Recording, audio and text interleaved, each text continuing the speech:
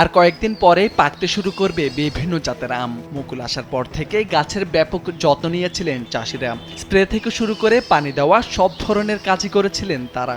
কিন্তু হঠাৎ করে গ্রামের আম থেকে শুরু করে বিভিন্ন ফলের গায়ে পচন ধরে নষ্ট হয়ে যাচ্ছে সব ধরনের ফল ও ফলের গাছ। ফলের গায়ে এমন পছনে নিরুপায় হয়ে পথে বসেছে আম চাষিরা। কিন্তু কেন এভাবে নষ্ট হয়ে যাচ্ছে ফলগুলো? কারণ খুঁজতে গিয়ে জানা গেছে তীব্র গরমের মধ্যে এলাকার ইটভাটার আগুনের তাপে পচন ধরেছে আমের গায়ে। যশোরের ঝিকরগাছা উপজেলার হাজিরবাগ ইউনিয়নের মাটিকুমড়া গ্রামে এমন ঘটনা ঘটে। ভুক্তভোগী কৃষকদের দাবি, গভীর রাতে পাশের নিউ টাটা ব্রিক্স নামক ইটভাটার আগুনের হাওয়া ছেড়ে দেওয়া হয়। Jamuna AC, the goodness of purified air. আমার বাসায় এনেছি যমুনা এসি, আপনি কিনছেন তো? এতে আম, কাঁঠাল সহ গাছগাছালি সব পুড়ে গেছে। আমের পাশাপাশি অন্যান্য গাছের পাতাও পুড়ে যায়। আব্দুর রাজ্জাক নামের এক আম চাষি জানান, তার 5 বিঘা আম বাগানের মধ্যে 41টি গাছের পুরো আম ইটভাটার তাপে পুড়ে গেছে।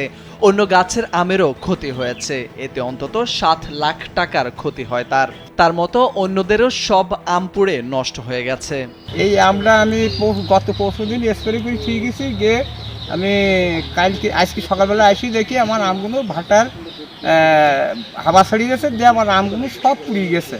আমার 41টি গাছে একটা গাছে 10 থেকে 15 মণ আম রয়েছে, হিমসাগর আম, ব্যাপক দামি আম। এটা আমি এখন গলায় দড়ি দেবো ছাড়া আমার উপায় নেই।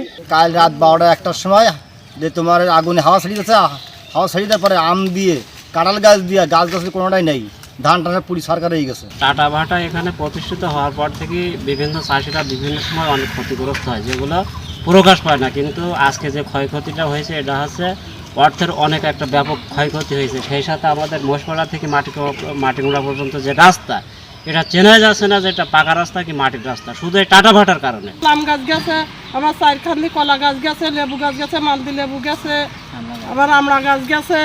গিয়ে আমি গরিব মানুষ 3 কাঠা জমি কিনেছি, খুব কষ্ট করি আমি কিনে বসত বাড়ি করি। সে গাছ গাছালি কষ্ট করে লাগাইছি, না খাই না দেয়, সে গাছগুলো সব পুড়িয়ে ফেলে। এই বিষয়ে জানতে চাইলে টাটা ব্রিক্সের মালিক আমিরুল ইসলাম লালটু জানান, এটি দুর্ঘটনা হতে পারে। আমবাগান অনেক দূরে, কিভাবে হয়েছে তা তিনি জানেন না।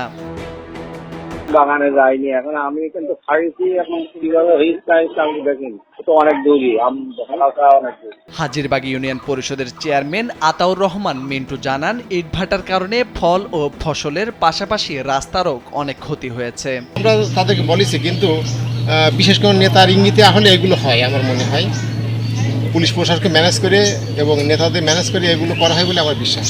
ইটভাটার আগুনের তাপে ক্ষতিগ্রস্ত হওয়া কৃষকদের ক্ষতিপূরণ দেওয়ার দাবি স্থানীয়দের। মোরশেদ আলম, কালবেলা।